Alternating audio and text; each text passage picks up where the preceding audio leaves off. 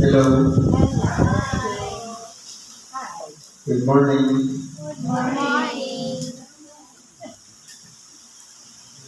Siguro po magtataka ka bakit kaya ganyan ang itsura ng lahat. Kamusta na talaga? Dahil na-stick niyo po tayo.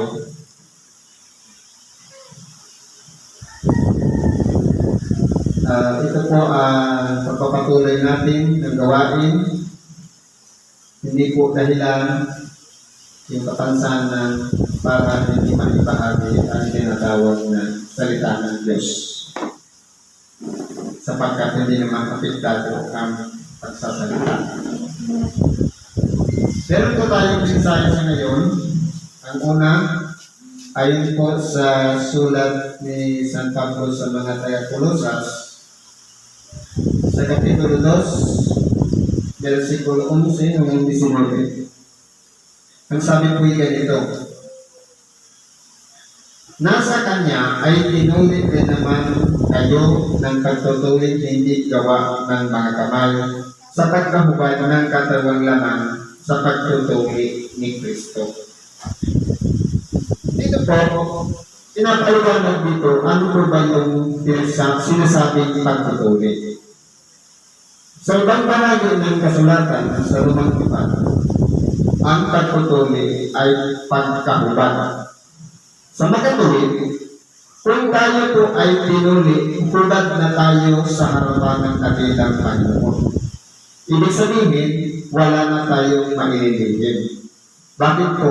Sapagkat meron na tayong tanda ng Espiritu Santo, kung baka may koneksyon na tayo sa Diyos. Kaya, kinakailangan pag-ingatan natin yung paraan kung paano tayo tinawag at pinagkalooban tayong tawagin mga anak. Ingatan po natin yung sapagkat yun ay napakahalaga sa ating buhay. Na minsan lamang tayo kinahabagan at pinagkalooban niya tayo na isang bagay na hindi na maaari kong ulitin ang ialay ang kanyang buhay alang-alang sa bawat isa sa atin. Kaya po, yung pagtutuloy o pagpahubad sa katawang laman, lahat ng mga bagay na ating ginagawa ay kinakailangan pinagsisikapan natin maingat na hindi tayo makapahamak ng kapwa, hindi tayo makasakit ng kalooban ng kapwa, kundi makahikayat tayo ng kapwa na madala natin sa Diyos.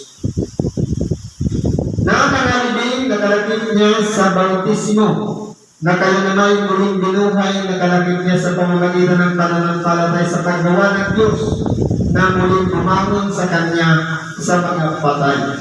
Kaya po, yung mga dati nating ugali, o tinatawag na gawi o nakasanayan bilang isang tao mula pa nang tayo magkamalay sa ibabaw ng sanglibutan, kinakailangan yun ay nangalibing na. Ano ba sinasabi sa ibang bahagi ng banal na kasulatan? Ang bautismo ay katulad ng ang ating dakilang Panginoon nung siya'y mamatay, kasama na rin namatay doon ang lahat ng dating nating pagkatao. At kung paano nabuhay na mag-uli ang ating dakilang Panginoon, ay mabubuhay na rin tayo sa pamamagitan ng Diyos na gumagawa na tayong may pag-iingat sapagkat pwede ikapahamak natin o ikapahamak din ng ating kapwa. Kaya po, sa pamamagitan ng pananampalataya, na wala po ibang tayong gagawin. Sampalatayanan lang natin yung ginawa ng ating dakilang Panginoon na pagtulos sa atin galing sa Kanyang sarili. Tayo'y pinahabagan at hindi na tayo ibinilang na ibang tao, kundi tayo'y itinuring niya ng anak sapagkat mahalaga na tayo sa Kanya. Yung pagpita niya sa krus, wala ko siyang pinili. Kaya sa mama niya, umabuti, lahat ay dinipahan ng ating dakilang Panginoon. Yung pagpabuhay na mag-ulit niya sa mga patay, ito na yung pananagumpay niya. na kung papaanong tinanggap niya ang nabuhay at ulit sa mga patay, yun din ang tatanungin ng bawat isa sa atin na sumasampalataya sa ating dakilang Panginoon, sapagkat siya po ang naging pangunahing bunga na binuhay na mag-ulit sa mga patay. Yun din ang mangyayari sa atin pagdating ng panahon. At ang kayo'y mga patay dahil sa inyong mga kasalanan, at sa pagtutuloy ng inyong laman ay kanyang binuhay. Kayo nakalakip niya na ipinatawad sa atin ang ating lahat ng mga kasalanan. Kaya po, dito po, ipinapaliwanag dito ni Apostol Pablo na dati, nung tayo hindi pa natin nalalaman na tayo isang makasalanan, marami na po tayong nalalaman sa ngayon. Lalong-lalo na ang kasalanan ay paglabag sa kautusan. Halimbawa, mayroong bawal ginawa natin, paglabag ang tawag ng kasalanan. Patay tayo doon. Sapagkat hindi pa natin nakikilala si Kristo. At nung binago tayo sa pamamagitan ng habag ng Diyos, kinahawaan tayo, nagpadala ng isang tagapagpahayag ng mabuting balita upang makarating sa ating tainga ang salita ng Diyos at tayo binago at nagsisi at nagpaliklaro sa Diyos. Tayo po ay tinuloy sa pamamagitan ng pagbabago ng pag-iisip at ipinatawad ang ating mga kasalanan. Hindi niya po pinili yung mga tao na mabubuti lang, kahit masasama, pantay niya kung pinagkalooban ng habag, handa niyang patawarin ang sinumang lumalapit sa ating dakilang Panginoon. Kaya ang ating mga kasalanan ay ipinatawad nung siya'y mamatay sa krus at mabuhay na mag-uwi sa mga patay. Napanawi ang usapang nasusulat sa mga pagpuntunong laban sa atin na hindi na ayon sa atin at ito'y kanyang inalis na ipinako sa krus. Kumbaga, yung mga pagpuntunong dati, natigil na yun, bumapapansin natin. Hindi ba dati noon kapag may kasalanan ng tao, ang lahat ng may nagkasala ay may daladalang hain at handog at idinadala doon sa templo, sinusunod ng mga saserdote bilang pampawi ng pagkakasala para sa kapatawaran. Pero ang lahat ng yan ay inalis ng ating dakilang sa Panginoon sa pinsan lamang niyang pagpapako sa krus at yun ay hindi na mauulit. Kaya sa mga minsang maliwanagan at nakalasap na ng kaloob ng Diyos o habag, naranasan na natin ng Espiritu Santo, wala na kong natitirang hain sa makatuwid si Kristo'y minsan lamang nag-alay ng kanyang buhay at nagpapako sa krus at hindi na muling siyang magpapapako sa krus. Pagkasamsam sa mga pamuluan at sa mga kapangyarihan, sila ay mga inilagay niyan sa hayag na kahihiyan na nagtatagumpay siya sa kanila sa bagay na ito. Totoo po. Sapagkat, kung pag-aaralan po natin, hanggang ngayon, nananaig pa rin sa mga kapangyarihan ang mga eskribas at mga parisiyo. Sinasabi nila ang mga tao, lalo-lalo na ang mga Hudyo, na hindi pa dumating sa kanila ang Mesiyas. Kahit ngayon, mag-research po tayo, hinihintay pa rin nilang dumating ang Mesiyas doon sa lugar ng mga Hudyo o lugar ng Israel. Kaya ano po nangyayari sa kanila?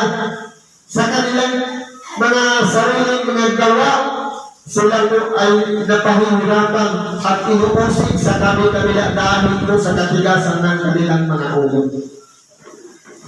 Sino man nga ay magbumatol sa inyo tungkol sa pagkain o sa pag-inom o tungkol sa kapistahan o bagong buwan o araw ng Sabat.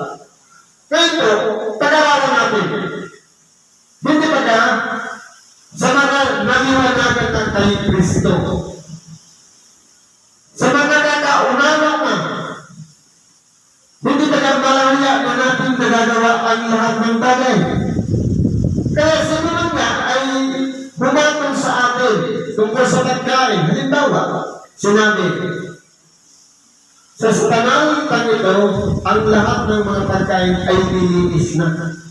Ibig sabihin, lahat ng pagkain pumapasok sa ating bibig ay hindi po sa ikaruruming o ikapapahamak ng ating sariling kaluluwa, kundi ito'y sa ikarurusok. Bakit tayo hapulan kung kumain tayo ng mga bagay, ng mga bawal, na sa tingin nila, akala nila'y bawal talaga, pero nung nilinis na ng ating dakilang Panginoon, wala na pong bawal. Yun nga lang, depende na rin sa katawan natin. Sapagkat kung halimbawa, mataas naman talaga ang dugo natin, kakain pa tayo ng mataas din ng cholesterol, yari tayo. Tayo na po nakakaalam nun. Sabi nga, sa nakakaalam ng paggawa ng mabuti at ito'y hindi ginagawa, ito'y kasalanan sa Kanya. Magkakasala rin tayo sa ating sarili. Papaiksiin natin ang ating muna buhay.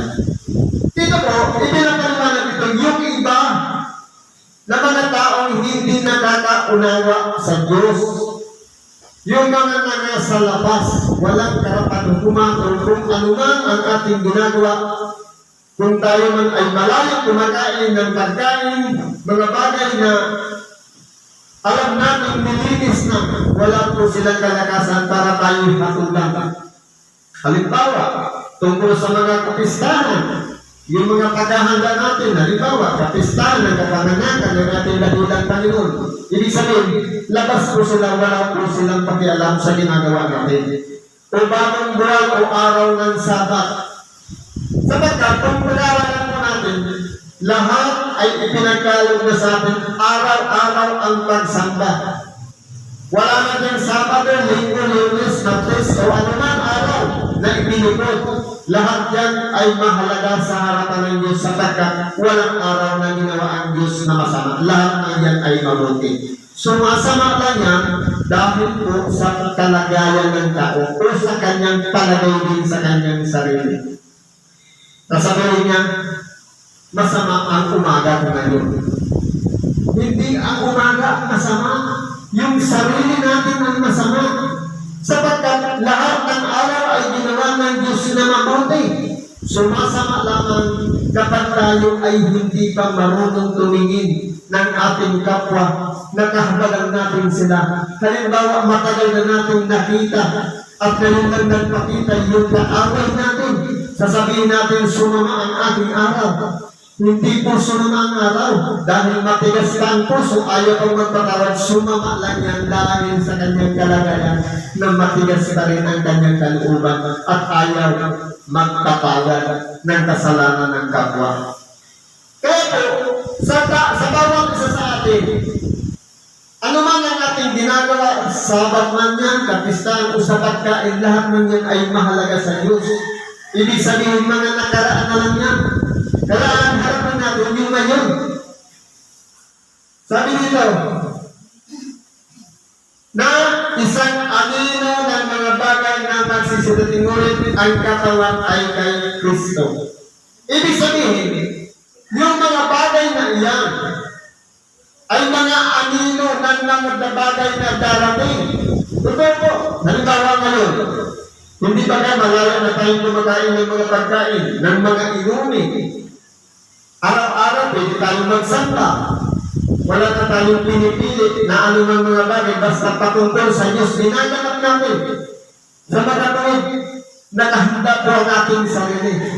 Pero yung katawan, yung pagkakaisa ng bawat isa sa atin, na pinakabahagi ng katawan na walang iba, ang ulo si Kristo. Tayo po'y gumagawa na magkakasama na ang pinakaulo si Kristo, siya ang nangunguna sa bawat isa sa atin upang tayo gawin natin kung ano ang kanyang kalooban.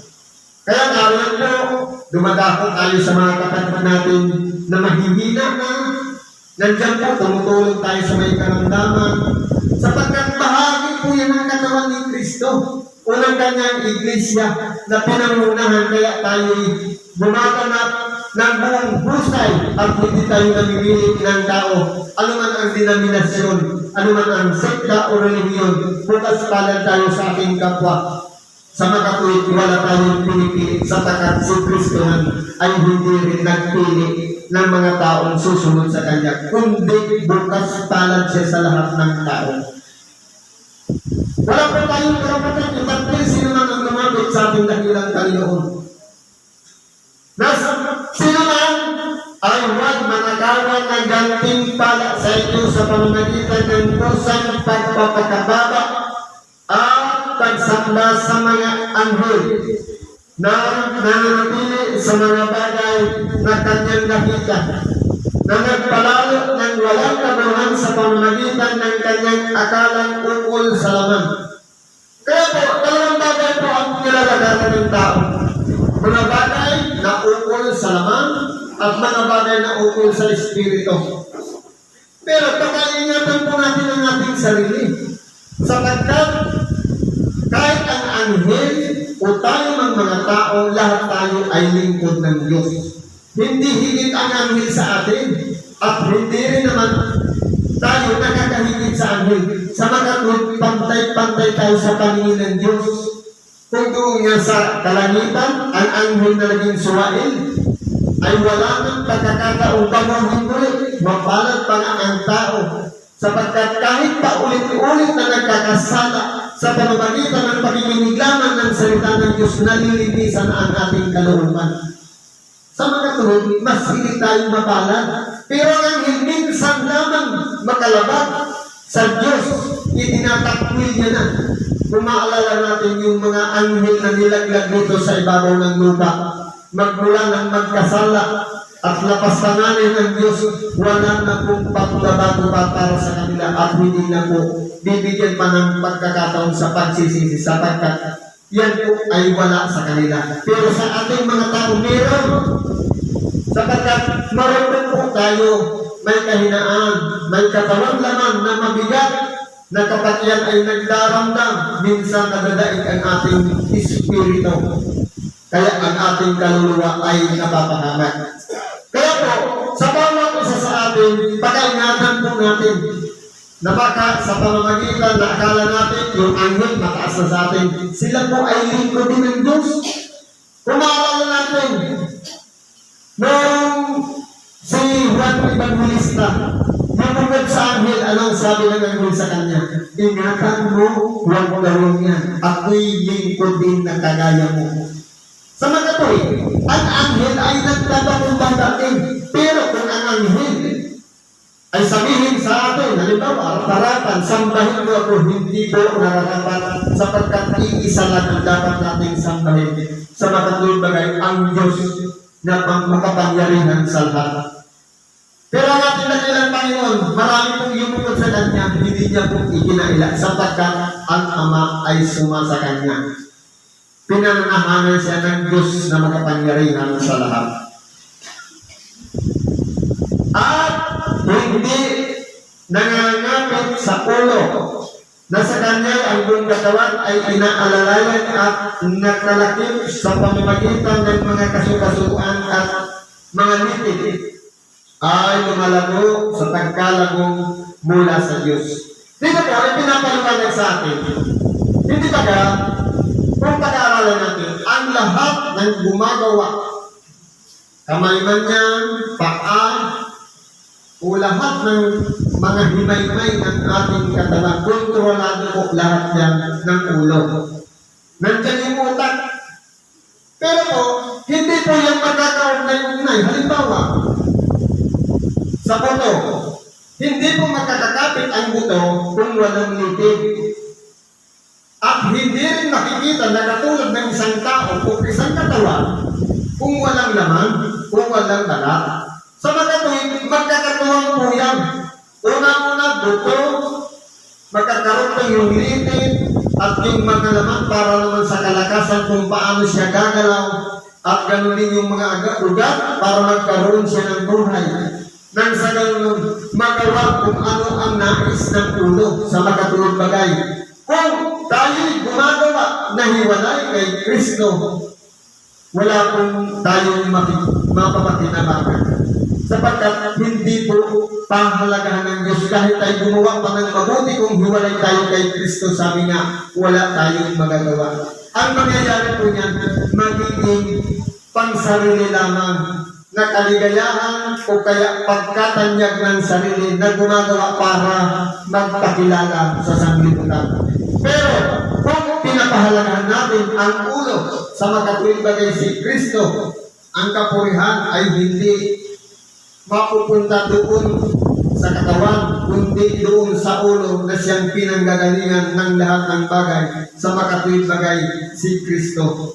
Tumutulong tayo sa may karamdaman, nagagalang tayo ng Ebanghelyo, at kung ano at kung mga mabubuting bagay na ginagawa natin sa ating kapwa, ang lahat ng kapurihan ay kay Kristo at hindi po marapat tanggapin ni naman sa atin na sasabihin natin kung hindi dahil sa akin wala na siya, kundi sa pamamagitan ng habag ni Kristo ginamit tayo upang bumalik ang may karamdaman sa makatuwid si Kristo ang pinagkapuno kaya siya gumaling at hindi mula sa ating pansarili na kaya siya gumaling dahil sa atin, kundi si Kristo'y nahabag. Pinadali lang sa atin ang kapangyarihan para makarating doon sa tao na nangangailangan ng tulong. Kaya po, kung hiwalay tayo sa ulo, wala kung kumbaga, katulad ng isang katawan, hindi pinapakilos ng ulo patay. Kung hiwalay tayo kay Kristo, wala po tayong magagawa. Kaya parang may magawa po tayo, kinakailangan unang huwin natin kay Kristo na tayo pangunahan sa lahat ng oras. Pagdilat pa lamang ng ating mata hanggang sa buong araw at maghapon gawin natin ang ayon sa kalooban ni Kristo. Yan po na yung mga bahagi natin sa oras na ito. Salamat at pagpalain tayo ng Diyos, alamang ang karaingan, kahilingan, karamdaman man yan o problema, ipagkaloob naman ng Diyos sa ngalan ni Kristo Jesus. Salamat po.